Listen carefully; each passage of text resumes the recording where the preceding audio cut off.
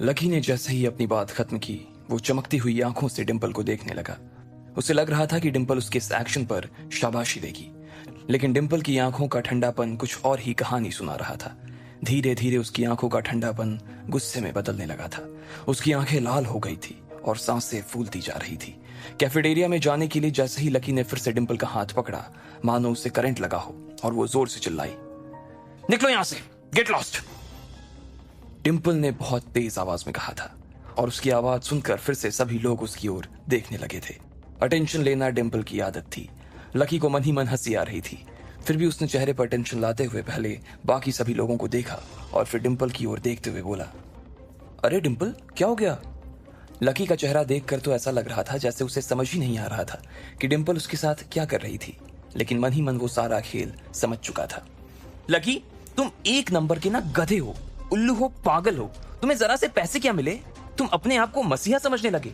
तुम जैसे लोगों को तो जिंदगी भर गरीबी रहना चाहिए और गरीबी में ही मर जाना चाहिए। आई हेट यू, डिंपल ने कहा और उसके हाथ से अपना हाथ झटके से अलग करके वहां से निकल गई। अभी थोड़ी देर पहले उसने लकी से जो कुछ कहा था उस पर उसे पछतावा हो रहा था। वो इतनी तेजी से चली जा रही थी कि उसने दोबारा मुड़कर उसे देखने की कोशिश भी नहीं की। सभी लोग लकी को सन्न होकर देख रहे थे, लेकिन उसके चेहरे पर जरा सी भी शिकन नहीं थी। वो मुस्कुराते हुए डिंपल को जाते हुए देख रहा था।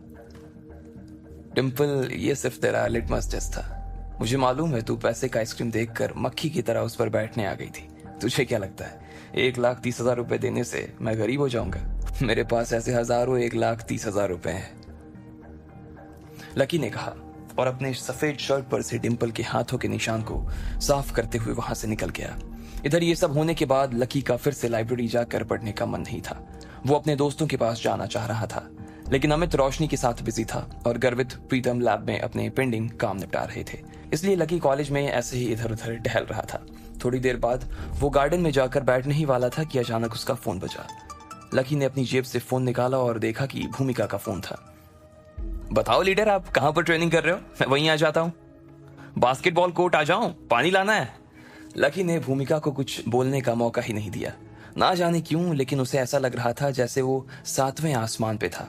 वैसे उसने जो कहा वो गलत भी नहीं था। भूमिका को उससे और कोई काम होता भी नहीं था, लेकिन आज बात कुछ और थी। जैसे ही उसने भूमिका की आवाज सुनी, उसकी भौहें आपस में मानो जुड़ ही गई। लकी, तुम कितना सोचते हो यार, हमारी कितनी केयर करते हो। मुझे नहीं लगता कि हमारे पूरे कॉलेज में कोई इतना केयरिंग होगा जितने की तुम हो। और मैंने तुम्हें इसलिए कॉल नहीं किया कि तुम इधर ट्रेनिंग में आ जाओ। मैंने तो तुम्हें इसलिए कॉल किया है क्योंकि आज तुम्हें स्प्रिंकल में आना है। शाम को पहुंच जाना, याद रहेगा ना? कॉलेज के बाहर जो है स्प्रिंकल। भूमिका ने कहा और फोन काट दिया। लकी को तो लग रहा था कि वो भूमिका से मिलने के बहाने अदिति से भी मिल लेगा, लेकिन यहां तो बात ही कुछ और थी। ये मुझे स्प्रिंकल पर क्यों बुला रही है? लकी ने अपने आप से पूछा और फिर घड़ी देखने लगा। शाम होने वाली थी, इसलिए वो गार्डन से उठा और स्प्रिंकल की ओर जाने लगा। स्प्रिंकल लकी के कॉलेज के बाहर एक बड़ा सा कैफे था, जो अपने जूस, शेक, कॉफी और बाकी पेय पदार्थों के लिए जाना जाता था। कॉलेज में जिन लोगों के पास में थोड़े से ज्यादा पैसे होते, वो वहीं जाकर अपना शेक पीते थे। लकी थोड़ी ही देर में वहां पहुंच गया था। उसने देखा कि भूमिका वहां पहले से ही बैठी हुई थी। उसने आज ट्रेनिंग के कपड़े नहीं पहने थे, बल्कि गहरे नीले रंग की जीन्स, सफेद टी शर्ट और एक गुलाबी रंग का जैकेट पहना हुआ था। उसके बाल हल्के से रंगे हुए थे। लकी ने देखा कि आज तो भूमिका ने हल्का सा मेकअप भी किया हुआ था। लीडर, आप यहाँ अकेले क्या कर रही हो? लकी ने पूछा। क्यों, मैं यहाँ अकेले नहीं आ सकती क्या? भूमिका ने झेपते हुए कहा। उसे विश्वास नहीं हो रहा था कि ये वही भूमिका थी जो अभी कुछ देर पहले उससे इतने प्यार से बात कर रही थी। लकी को यह चीज समझने में देर नहीं लगी कि वो इसलिए प्यार दिखा रही थी ताकि लकी चुपचाप वहां पहुंच जाए। लकी ने उससे कुछ नहीं कहा और उसके पास वाले स्टूल पर बैठ गया। सर, आप क्या लेना पसंद करेंगे? एक वेटर आया और उसने लकी से प्यार से पूछा।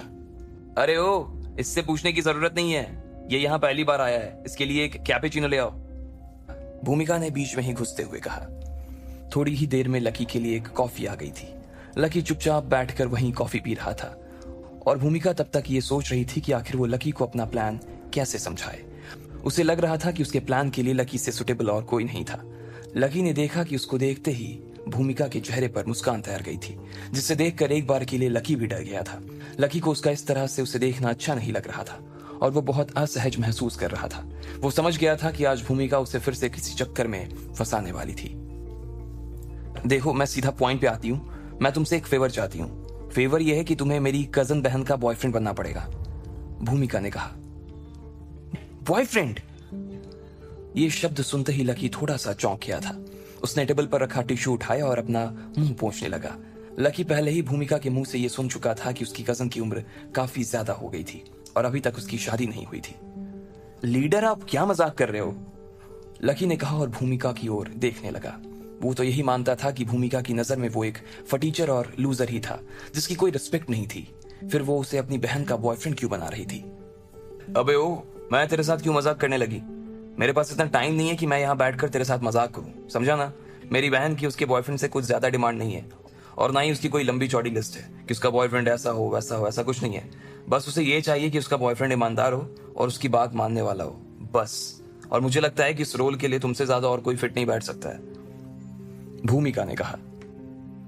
हाँ, पर यार, इससे पहले कि लकी अपनी तरफ से कुछ कह पाता, भूमिका ने उसकी बात को बीच में ही काटते हुए कहा, पर क्या? क्या पर? मेरी कजन का बॉयफ्रेंड बन जाने में तुम्हें कोई प्रॉब्लम है? भूमिका ने लकी के ऊपर दबाव बनाते हुए कहा और आगे बोली, अगर तुम्हें आगे कुछ कहना है ना तो मत कहो। जो भी जुबान पर आ रहा है उसे कॉफी के साथ वापस निकल जाओ। आज के बाद से तुम बस एक अच्छे बॉयफ्रेंड बनोगे, बात खत्म, भूमिका ने कहा और दूसरी ओर देखने लगी। लकी के होश ही उड़ गए थे। उसे समझ नहीं आ रहा था कि ना जाने किस मुहूर्त में उसने भूमिका से मिलने के लिए हाँ कर दी थी। उसे पहले ही समझ जाना चाहिए था कि भूमिका इतने प्यार से बात कर रही थी। इसका मतलब साफ था कि उसके साथ कुछ बुरा होने वाला था। अब क्योंकि वो यहाँ आकर बैठ गया था, इसलिए उसके पास यहाँ से जाने का कोई ऑप्शन ही नहीं था। भूमिका ने फिर से उसे देखा और बोली, तुम यहीं बैठो, मेरी बहन अभी थोड़ी देर में आती होगी। अच्छे से बिहेव करना और मेरी नाक मत कटवाना, समझे?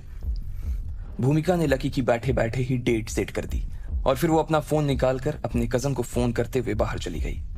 हेलो, कहां तक पहुंची? भूमिका ने पूछा।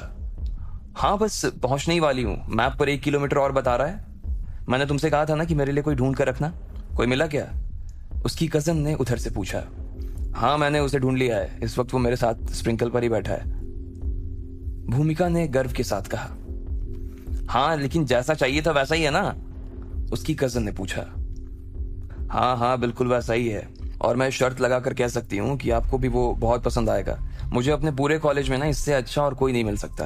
अगर आप उससे सड़क पर कहीं मिलती ना तो आप यही कहती कि ये कोई कॉलेज में पढ़ने वाला लड़का नहीं है, बल्कि ईंटों की भट्टी पर काम करने वाला कोई मजदूर है, भूमिका ने कहा। अच्छा, ऐसा क्या? तब तो ठीक है। अब मुझे कॉन्फिडेंस आ रहा है कि मैं अभिजीत को पटा ही लूंगी, भूमिका की कजन ने कहा। बहन, मुझे एक बात समझ नहीं आ रही है। अगर तुम अभिजीत जैसे लड़के को ही अपना बॉयफ्रेंड बनाना चाहती हो तो फिर तुम इस फटीचर को अपना बॉयफ्रेंड क्यों दिखा रही हो? जब अभिजीत पर हाथ डाल ही दिया है तो फिर इसकी तरफ क्यों देखना, भूमिका ने पूछा। अरे भूमि, तू बच्ची है अभी। तुझे पता है कि अभिजीत कितना बड़ा आदमी है? वो करोड़ों का मालिक है और वो मुझसे बहुत ज्यादा कमाता है। मेरी तो जॉब भी अभी हाल ही में लगी है, तो मेरे पास तो उसकी जितना पैसा भी नहीं है। अब भले ही वो मुझे पसंद करता है, लेकिन फिर भी कमान उसके हाथ में है। जब तक वो मुझे आगे से प्रपोज नहीं करेगा तब तक मैं उसे जाकर प्रपोज नहीं कर सकती। और इसलिए इस पूरी सिचुएशन को अपने हाथ में लेने के लिए मैं इस लड़के के साथ सेट होना चाहती हूँ। जैसे ही अभिजीत मुझे इसके साथ देखेगा वो परेशान होगा, टेंशन में आएगा और आते ही मुझे प्रपोज करेगा, उसकी कजन ने उसे सारा खेल समझाते हुए कहा। हाँ, पर इसके लिए किसी फटीचर लड़के की ही क्यों जरूरत है आपको? भूमिका को अभी भी बात पूरी समझ नहीं आ रही थी। अरे पागल लड़की, एक बार जरा सोच, अगर अभिजीत की जगह एक गरीब लड़का मेरा बॉयफ्रेंड बन जाएगा तो इससे मैसेज तो यही जाएगा ना कि अभिजीत एक फटीचर से हार गया। जैसे ही उसे ये पता लगेगा उसके तो दिल में आग ही लग जाएगी और फिर वो मेरे ऊपर और भी ज्यादा ध्यान देना शुरू करेगा और मेरा ख्याल रखना भी शुरू करेगा, उसकी कजन ने उसे समझाते हुए कहा। अरे वाह, क्या गेम खेला है, भूमिका के मुंह से निकला। अब उसे सब कुछ साफ साफ समझ में आ रहा था और जैसे ही भूमिका ने फोन रखा उसके 5 मिनट के बाद ही एक काले रंग की गाड़ी स्प्रिंकल के सामने आकर रुक गई। उसमें से एक लड़की निकली जिसके बाल लंबे और जूते काले थे, उसके पैर लंबे थे और उसने स्टॉकिंग पहनी हुई थी। जैसे ही वो लड़की गाड़ी से नीचे उतरी सभी मर्दों की निगाहें उसके ऊपर जा टिकी थी। उसे देखकर ही ऐसा लग रहा था जैसे किसी फैशन शो की मॉडल गाड़ी में से उतर आई थी। बहन, भूमिका उसे दूर से ही देखते हुए चिल्लाई और फिर उसकी ओर जाने लगी। उसकी बहन भी स्प्रिंकल की ओर बढ़ी और फिर दोनों कसकर एक दूसरे से गले मिल गए। इसके बाद भूमिका ने उससे कहा, अंदर चलो, वो हमारा अंदर ही इंतजार कर रहा है। भूमिका ने उसका हाथ पकड़ा और उसके साथ अंदर जाने लगी। इधर उसकी कजन ने भूमिका को बीच में ही रोका और उससे बोली, एक बात सुनो, तूने उससे ये तो नहीं बोला ना कि हम उसे यूज करने वाले? मतलब तूने हमारा एक्चुअल प्लान तो उसे नहीं बताया ना? उसे इस बारे में कुछ पता नहीं चलना चाहिए। जैसे ही अभिजीत मुझे प्रपोज कर देगा, उसके बाद हम उसे सब कुछ सच सच बताकर माफी मांग लेंगे। अरे बहन, इतनी भी छोटी नहीं हूं कि इतनी सी बात ना समझूं। मैंने उससे बस यही कहा है कि तुम्हें मेरी बहन का बॉयफ्रेंड बनना है, बस। बेचारा इतना सीधा है ना कि मना नहीं कर पाया। अब जब हमारा काम पूरा हो जाएगा ना, तो हम उसे सच बता देंगे, और सॉरी बोले या ना बोले उस बात से कोई फर्क नहीं पड़ता। भूमिका ने कहा, अच्छा, वो दिखता कैसा है? ठीक तो लगता है ना? क्योंकि जब तक अभिजीत सामने से नहीं आ जाता तब तक तो मुझे उसी की शक्ल देखनी पड़ेगी ना। उसकी कजन ने फिर से कहा, हाँ वैसे दिखने में तो अच्छा ही है, बस गरीब है इसलिए अच्छा नहीं लगता, पर हाँ काम चल जाएगा, चिंता करने की कोई जरूरत नहीं है। भूमिका ने कहा, अच्छा ये बताओ मैं कैसी दिख रही हूँ? उसकी कजन ने पूछा। भूमिका ने पहले उसे देखा और फिर उसके आसपास के लड़के को देखने लगी जो उसकी बहन को ही घूर रहे थे। भूमिका ने अपनी कजन से कहा, आप इन सब चूजों की आंखों में देख लो कि आप कैसी लग रही हो। उसकी कजन जोर से हंसती और फिर भूमिका के हाथों पर हल्की सी चपत लगाती। इसके बाद दोनों स्प्रिंकल के अंदर जाने लगे। इधर लकी अभी भी बैठकर कॉफी ही पी रहा था। उसे लग रहा था कि उसने भूमिका को हाँ करके अपने ही पैर पर कुल्हाड़ी मार ली थी। उसने कॉफी का आखिरी सिप लिया ही था कि उसके पीछे से एक आवाज आई, अरे यहां मेरी बहन आ गई है और तुम्हारी अभी तक कॉफी खत्म नहीं हुई। भूमिका ने कहा। उसकी कजन ने देखा कि उस लड़के ने सफेद रंग की शर्ट पहनी हुई थी। उसके बालों को पीछे से देखकर तो ऐसा लग रहा था कि वो कोई गरीब आदमी था, लेकिन जैसे ही वो भूमिका की दिशा में घुमा, उस लड़की के होश उड़ गए। उसे विश्वास नहीं हो रहा था कि जिसकी बहन जिसे फटीचर समझ रही थी वो लक्ष्मण लाल अग्रवाल था। इधर लकी ने देखा कि भूमिका जिसे अपनी बहन बता रही थी वो सिटी बैंक की मैनेजर यास्मिन थी। दोनों के मुंह एक दूसरे को देखकर खुले के खुले रह गए थे। अब उन तीनों के बीच आगे क्या होने वाला था? क्या होगा जब यास्मिन लकी का सच भूमिका को बता देगी? क्या लकी का राज अब खुल जाएगा? क्या हाल होगा भूमिका का जब उसे लकी की सच्चाई पता लगेगी? लकी और यास्मिन वॉशरूम से निकलकर वापस बाहर भूमिका के पास आ गए थे। जैसे ही उसने लकी को देखा, भूमिका फिर से छल्ला गई और बोली, अरे यार तुम बहुत बड़े पागल हो। मैंने तुम्हें कहा था ना वेटर को बुलाओ। उसको बुलाने के चक्कर में तुम खुद गायब हो गए। इतनी देर कहां लगा दी तुमने? भूमिका ने लकी की ओर देखते हुए कहा। इससे पहले कि वो आगे कुछ कह पाती या लकी उसे कुछ कह पाता, यास्मिन बीच में आई और बोली, भूमिका ये तुम क्या कह रही हो? वो भूमिका के ऊपर झल्ला गई और उसे घूर कर देखने लगी। फिर वो लकी की ओर देखकर मुस्कुराते हुए बोली, लकी बैठ जाओ, ये फ्रूट्स और मिठाई काफी टेस्टी लग रहे हैं, तुम खुद खाकर देखो ना। जैसे ही उसने बोलना खत्म किया, यास्मिन ने खुद एक चम्मच उठाई और उससे थोड़ी सी मिठाई निकालकर लकी की प्लेट में रख दी। अरे वाह, तुमने तो अभी से ध्यान रखना शुरू कर दिया, क्या बात है, भूमिका ने उसे छेड़ते हुए कहा। उसे लग रहा था कि यास्मिन लकी को फंसाने के लिए उसके साथ ऐसा व्यवहार कर रही थी, लेकिन उसे मालूम नहीं था कि उन दोनों के बीच में भी क्या बात हुई थी। उन तीनों ने उसके बाद खाना पीना शुरू कर दिया था। भूमिका को पहले से ही लकी के साथ रहने की आदत थी, इसलिए वो उसे ज्यादा भाव नहीं दे रही थी और ना ही उसे बोलने का ज्यादा मौका दे रही थी। वहीं यास्मिन उसका अच्छे से ख्याल रख रही थी। इधर यास्मिन भूमिका को लकी के साथ ऐसा व्यवहार करते देख काफी नाराज हो रही थी। उसे अंदर ही अंदर काफी बेचैनी हुए जा रही थी। अरे पागल, तुझे पता नहीं है तू क्या कर रही है? जिस आदमी को ऐसे तू कुछ भी मुंह उठाकर बोले जा रही है ना, वो कम से कम 10 जिंदगियां सुकून से जी सकता है। वो मेरे को तेरे को दोनों को 7 जन्मों के लिए ना नौकरी पर रख सकता है, और तू ऐसे आदमी से ऐसे बातें कर रही है यार, क्या ही लड़की है ये। यास्मिन ने मन ही मन अपने आप से कहा। उसे लग रहा था कि उसकी बहन को मालूम नहीं था कि वो आग से खेल रही थी। अगर उसने लकी को इस वक्त जरा भी नाराज कर दिया तो इसका अंजाम उसे क्या भुगतना पड़ेगा, इसका अंदाजा खुद भूमिका को नहीं था। अपना नाश्ता खत्म करने के बाद भूमिका ने अपना मुंह पेपर नैपकिन से साफ किया और लकी की ओर देखते हुए पूछा, लकी तो तुम्हारा मेरी बहन के बारे में क्या विचार है? अच्छी है ये, काफी अच्छी है, लकी ने सपाट लहजे में कहा। उसकी आवाज में कहीं कोई भाव नहीं थे, यास्मिन उसके लिए मन ही मन मिठास महसूस कर पा रही थी और उसके शरीर में लकी को देखते ही एक सिहरन सी उठ गई थी। लकी का उसके ऊपर अच्छा इंप्रेशन पड़ गया था और अगर उसका भी लकी के ऊपर अच्छा इंप्रेशन पड़ गया तो वो कभी उसको अपने से दूर नहीं जाने देगी। तुम गधे के ना गधे ही रहोगे। दिख नहीं रहा मेरी कजन कितनी अच्छी है और तुम्हें कितनी आसानी से इसका बॉयफ्रेंड बनने का मौका मिल रहा है, और इसके अलावा क्या चाहिए तुम्हें?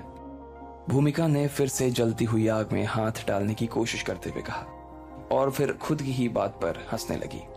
भले ही उसे ऐसा लग रहा था कि यास्मिन लकी को अपना बॉयफ्रेंड की तरह इस्तेमाल कर रही थी, लेकिन उसे मालूम नहीं था कि लकी उसके साथ खुद ज्यादा दिन तक नहीं रहने वाला था।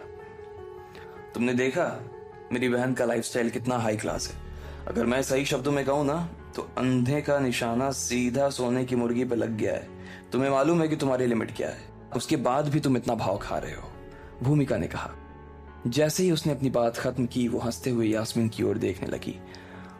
वो उसे अपने आंखों से ये दिखाने की कोशिश कर रही थी कि वो उसकी लकी के सामने कितनी बड़ाई कर रही थी। वो सोच रही थी कि अगर वो पहले से लकी को उसके और लकी के बीच का अंतर दिखा देती तो उसकी बहन के लिए लकी को कंट्रोल कर पाना काफी आसान हो जाता। अब क्योंकि वो उसकी बहन की मदद कर रही थी तो उससे ये उम्मीद भी हो रही थी कि उसकी बहन उसकी तारीफ करे, लेकिन उल्टा उसकी बहन उसकी तारीफ करने के बजाय एक जोरदार मुक्का मारने की सोच रही थी। वो देख रही थी कि भूमिका की किस्मत बहुत अच्छी थी, वरना अगर लकी की जगह कोई और होता तो वो अभी तक भूमिका को अच्छा खासा सबक सिखा चुका होता। इधर लकी उन दोनों बहनों के बीच होते आंखों के इशारों को देखकर बस हंसे जा रहा था। उसे समझ नहीं आ रहा था कि वो इन दोनों के सामने रिएक्ट कैसे करे। भूमिका, ये कैसी बेहूदगी की बातें कर रही हो? प्लीज इस तरह की लैंग्वेज यूज करना बंद करो तुम। यास्मिन ने भूमिका की ओर गुस्से से देखते हुए कहा। भूमिका को समझ नहीं आ रहा था कि आखिर वो उसके साथ ऐसे बिहेव क्यों कर रही थी। लकी को इम्प्रेस करने के लिए एक दो बार काफी था, लेकिन यास्मिन तो अब उसे हर बात में ही टोके जा रही थी। वो तो चाह रही थी कि वो दोनों ही मिलकर लकी का मजाक उड़ाएं, लेकिन उसकी बहन तो उसका साथ ही नहीं दे रही थी। लगता है ना कि मेरी बहन को तुमसे प्यार हो गया है, इसलिए वो बार बार मुझे टोके जा रही है, लेकिन ऐसा नहीं है कि कल से ये बोले और तुम इसे टोकना शुरू कर दो, समझे? देख लो कितनी केयरिंग बंदी मिली है तुम्हें। इससे लड़ने की झगड़ने की तुम्हें बिल्कुल भी जरूरत नहीं है। अगर ये तुम्हें कुछ कहे तो सुन लेना, जवाब मत देना। ये अगर तुम्हें मारे भी ना तो मार खा लेना, पलट कर जवाब मत देना। भूमिका ने फिर से लकी पर निशाना साधते हुए कहा। यह सुनते ही यास्मिन का गुस्सा और बढ़ गया। उसकी शक्ल देखकर भूमिका ने सफाई देते हुए कहा, मेरा मतलब है कि अगर तुम्हारे और मेरी बहन के बीच में अगर कुछ चल रहा है तो इसका यह मतलब नहीं कि तुम मेरी बहन के साथ कुछ भी कर सकते हो। तुम मेरी बहन को आंख उठाकर भी मत देखना, उसको टच करना तो बहुत दूर की बात है। भूमिका ने सफाई देने के चक्कर में बात को और ज्यादा बिगाड़ दिया था। उसे समझ नहीं आ रहा था कि वो क्या बोले जा रही थी। जब यास्मिन ने उसके मुंह से ये सब कुछ सुना तो उसे इतना गुस्सा आया कि उसका खून उबलने लगा। उसका सारा खून उसके दिल से होते हुए उसके शरीर में जा पहुंचा था और उसका चेहरा बिल्कुल लाल पड़ गया था। उसे लग रहा था कि अगर भूमिका उसे इतना डरा देगी और कल को लकी उसका हाथ सच में नहीं पकड़ेगा तो कैसे काम चलेगा। ऐसे तो बात भी नहीं आगे बढ़ेगी। यास्मिन देख रही थी कि भूमिका उसकी पकी पकाई खिचड़ी को खराब करने की कोशिश कर रही थी। वो उसका बना बनाया काम खराब करने की कोशिश कर रही थी। बस बहुत हो गया भूमिका, अब अपनी ये फालतू बकवास ना बंद करो। मुझे एक बॉयफ्रेंड चाहिए, कोई नौकर नहीं, समझी? इतनी क्या बकवास किए जा रही हो तुम उस वक्त से? यास्मिन का गुस्सा उसकी जुबान पर आ गया था। भूमिका को तो इस बात की भनक तक नहीं लगी कि अचानक ही उसकी बहन को उसके ऊपर इतना गुस्सा क्यों आ गया था, लेकिन बड़ी बात यह थी कि भूमिका को लगा कि वो मजाक कर रही है, इसलिए वो इसके बाद भी नहीं रुकी और आगे बोली, भले ही तुम मेरी बहन के बॉयफ्रेंड हो लेकिन फिर भी तुम अपनी हद में ही रहना, उसके पर्सनल स्पेस में ज्यादा घुसने की कोशिश मत करना। क्या मतलब है तुम्हारा? मैं कुछ समझा नहीं, लकी ने पूछा। मेरा मतलब है कि तुम हो एक नंबर के गधे, ठीक है? भले ही मेरी बहन को अभी तुमसे प्यार है, लेकिन इसका मतलब ये नहीं कि उससे उसकी आजादी छीन लोगे तुम। अगर उसे लगा कि उसे किसी और में इंटरेस्ट है और वो उसे अच्छा लगता है तो वो उसे भी डेट पर ले जा सकती है। ये भी हो सकता है कि कभी मेरी बहन किसी और इंसान का हाथ पकड़ ले, उसे गले लग जाए या फिर किस कर ले, लेकिन तुम इस बारे में ना कुछ नहीं कह सकते। अगर वो बाद में तुमसे ब्रेकअप भी कर लेती है तो भी तुम्हें खुशी खुशी उसके साथ ब्रेकअप करना पड़ेगा, समझे? भूमिका ने साफ शब्दों में अपनी बात रखते हुए कहा। उसने दूसरे शब्दों में ही सही, लेकिन कम से कम ये बात लकी को समझा दी थी कि आगे यास्मीन किसी और के साथ भी जा सकती थी, और इसके लिए वो लकी का सिर्फ और सिर्फ इस्तेमाल कर रही। उसे मालूम था कि यास्मीन तो अभिजीत के साथ फरार होने वाली थी, इसलिए ये बात लकी को जितनी जल्दी समझ आ जाए उसके लिए उतना जल्दी अच्छा था। अच्छा, तो लीडर आप ये कहना चाह रही हैं कि मैं आपकी बहन के साथ एक रिलेशन में रहूं और मैं उसे टच भी नहीं कर सकता, जबकि दूसरा मर्द जिसका कि आपकी बहन के साथ रिलेशन भी नहीं है वो उसे किस भी कर सकता है, और उससे ही बड़ी बात ये कि अगर वो मेरे सामने ऐसा कुछ करता है तो मैं उसे कुछ भी नहीं कह सकता, यही कहना चाह रही हैं? लकी ने अपनी आंखों को थोड़ा सा पैना करते हुए पूछा। क्या बात है, तुम्हें तो पूरी बात ही समझ में आ गई। मैं तुम्हें यही समझाने की कोशिश कर रही थी, भूमिका ने कहा। जैसे ही वो इतना बोली कि उसके चेहरे पर एक मुस्कान तैर गई, और इससे पहले कि वो आगे कुछ बोलती अचानक से कहीं से चट करके एक आवाज आई। भूमिका ने देखा कि उसके गाल पर जलन हो रही थी और उसने अपने गाल को अपनी हथेली से ढक लिया था। यास्मीन से रहा नहीं जा रहा था और उसने एक जोरदार थप्पड़ जड़ दिया था भूमिका को। जैसे ही उस थप्पड़ की आवाज आई, सब लोग यास्मीन की टेबल की ओर नजर घुमाकर देखने लगे। यास्मीन सच में घबरा गई थी, अब उसे और बर्दाश्त नहीं हो रहा था। जब उसने सुना कि भूमिका लकी को एक पालतू कुत्ता बनाने की बात कर रही थी तो उससे बिल्कुल भी रहा नहीं गया और उसने एक जोर का थप्पड़ मार दिया। उधर भूमिका ने अभी भी अपने गले पर हाथ रखा हुआ था और वो अविश्वास से अपनी बहन को देखे जा रही थी। मेरी बहन ने इस गधी के चक्कर में मुझे क्यों थप्पड़ लगा दिया, जबकि मैं तो उसके हक की बात कर रही थी, भूमिका ने मन ही मन सोचा। वो तो सोच रही थी कि वो यास्मीन का काम आसान करने की सोच रही थी, लेकिन उसे नहीं मालूम था कि यास्मीन जो कि लकी से शादी करने के सपने देख रही थी, वो लकी के खिलाफ एक शब्द भी नहीं सुन सकती थी। तुम ये सब क्या बकवास कर रही हो भूमिका? लकी अब मेरा बॉयफ्रेंड है, प्लीज इससे तमीज से बात करो, यास्मीन ने कहा और लकी की बगल में जाकर बैठ गई और फिर भूमिका को घूरने लगी। लकी को भी विश्वास नहीं हो रहा था कि यास्मीन भूमिका के खिलाफ ऐसा कोई कदम उठा लेगी, और वो सिर्फ उसके लिए। उसे लग रहा था कि अब अगर वो वहीं पर रुका रहा तो सिचुएशन और ज्यादा बिगड़ जाएगी, इसलिए लकी ने दोनों से कहा कि वो जाना चाहता है और वहां से निकल गया। इधर जैसे ही लकी गया, यास्मीन का गुस्सा भी शांत हो गया।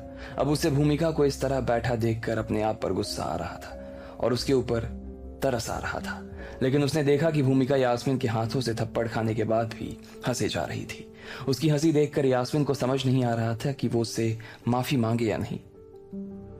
बहन, तुम ठीक हो ना? यास्मीन ने भूमिका से पूछा। उसने उसे अभी थप्पड़ जड़ा और वो हंस रही थी।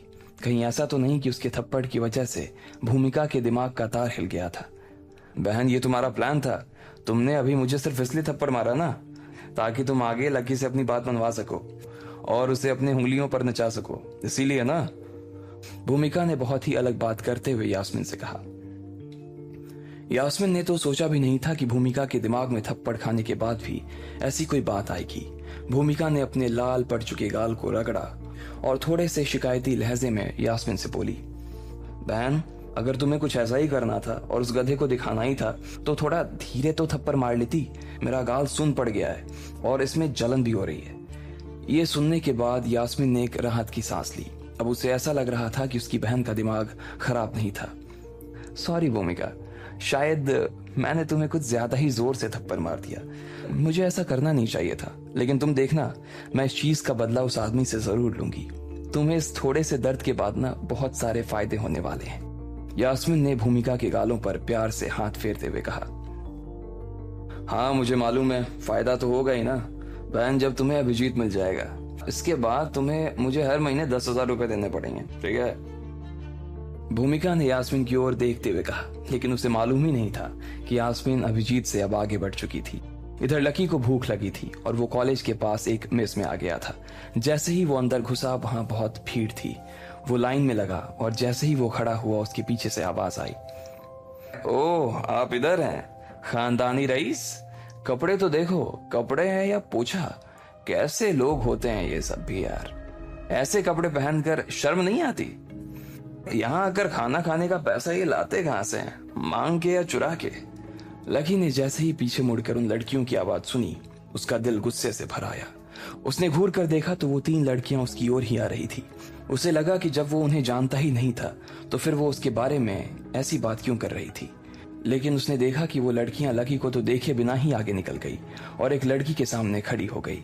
उसने उस लड़की को नीचा दिखाने के लिए अपने हाथ उसके कमर में बांध लिए थे। लकी भी उस लड़की को देखने के लिए थोड़ा सा आगे चला गया था।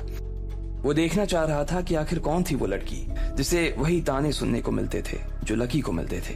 क्या यास्मीन अपने प्लान में कामयाब होगी? आपको क्या लगता है, क्या होंगे इन सभी सवालों के जवाब? कमेंट बॉक्स में कमेंट करके जरूर बताएं और सभी सवालों के जवाब को जानने के लिए सुनते रहिए इंस्टा मिलीनियर सिर्फ पॉकेट एफएम पर।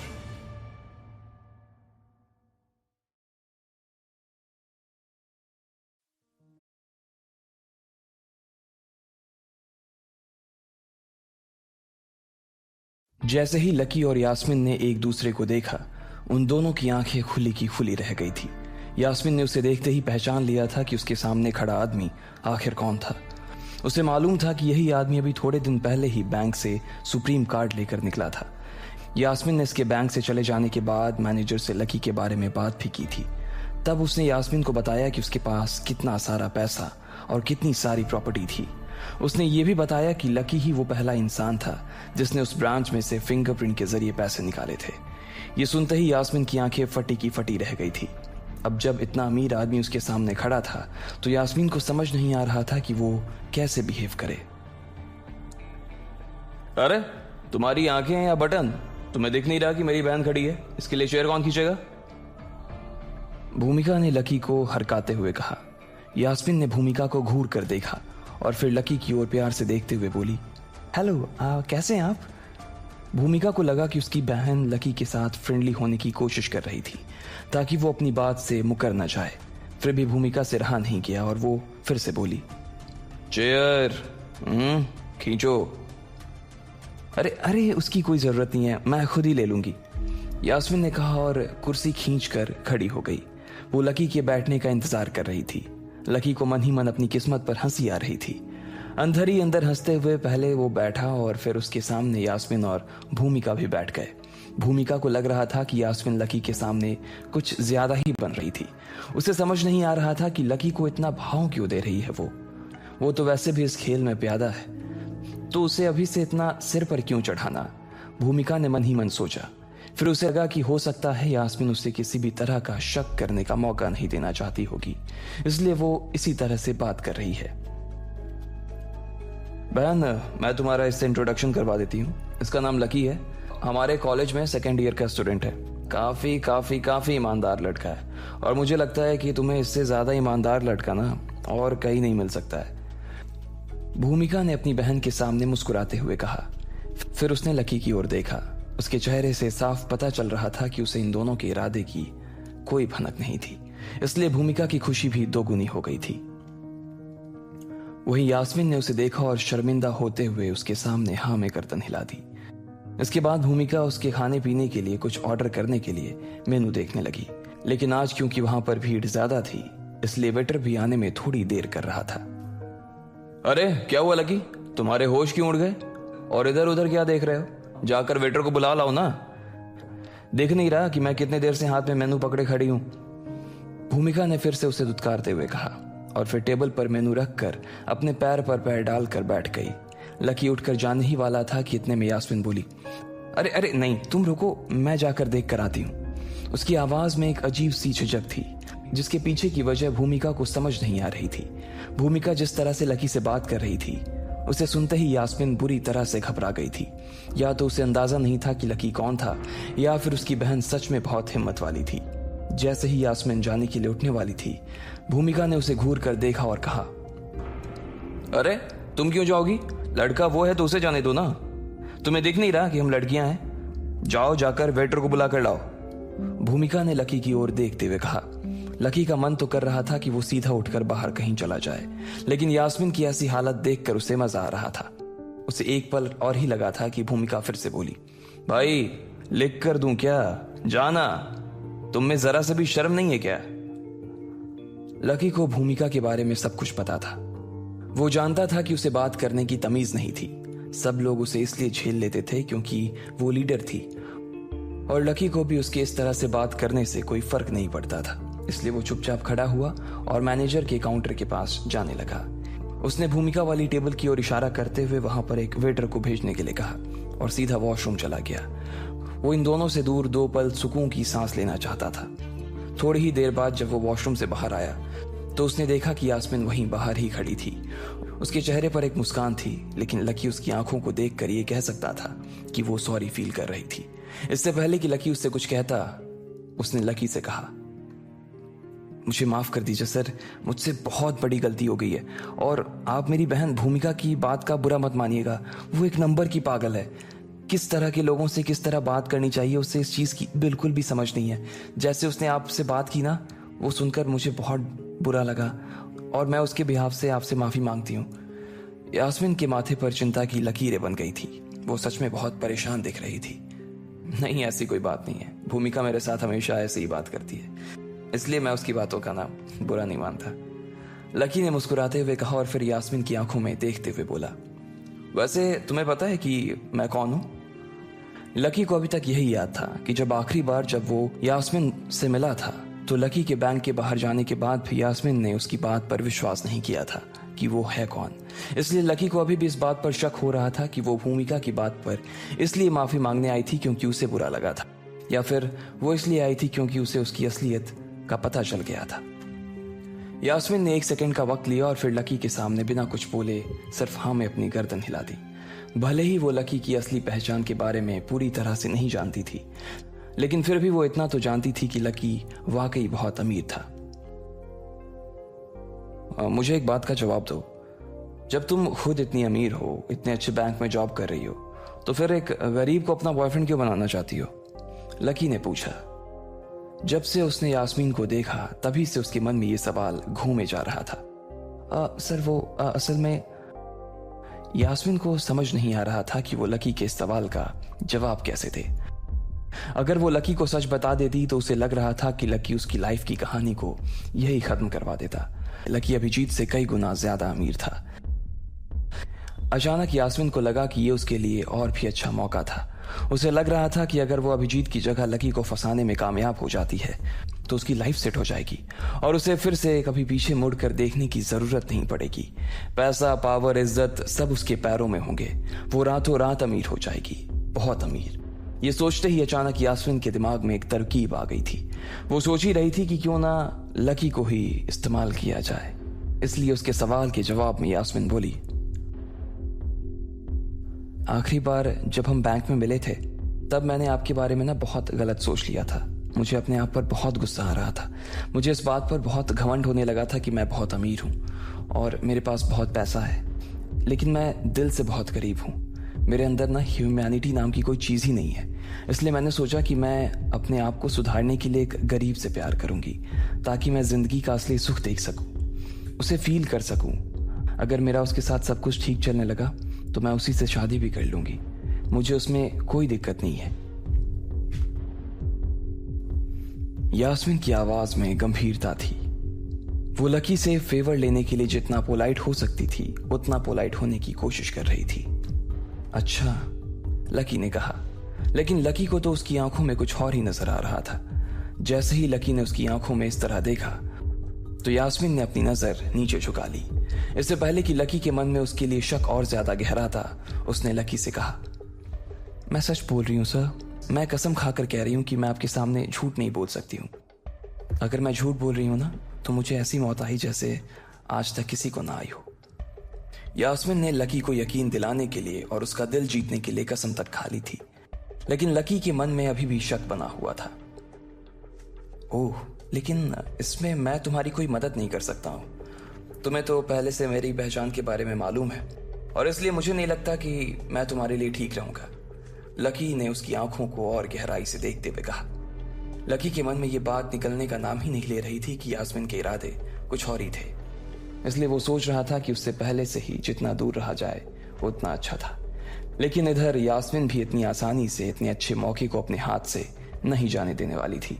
भले ही लकी ने उसके ऑफर को ठुकरा दिया था और वो उसकी बात नहीं सुन रहा था, लेकिन यास्मीन ने तो अपना मन बना ही लिया था कि वो लकी को छोड़ने वाली नहीं है।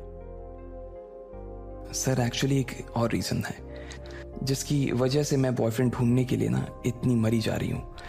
असल में मेरी फैमिली वालों ने मेरे लिए एक अच्छा लड़का देखा है उसका नाम अभिजीत है।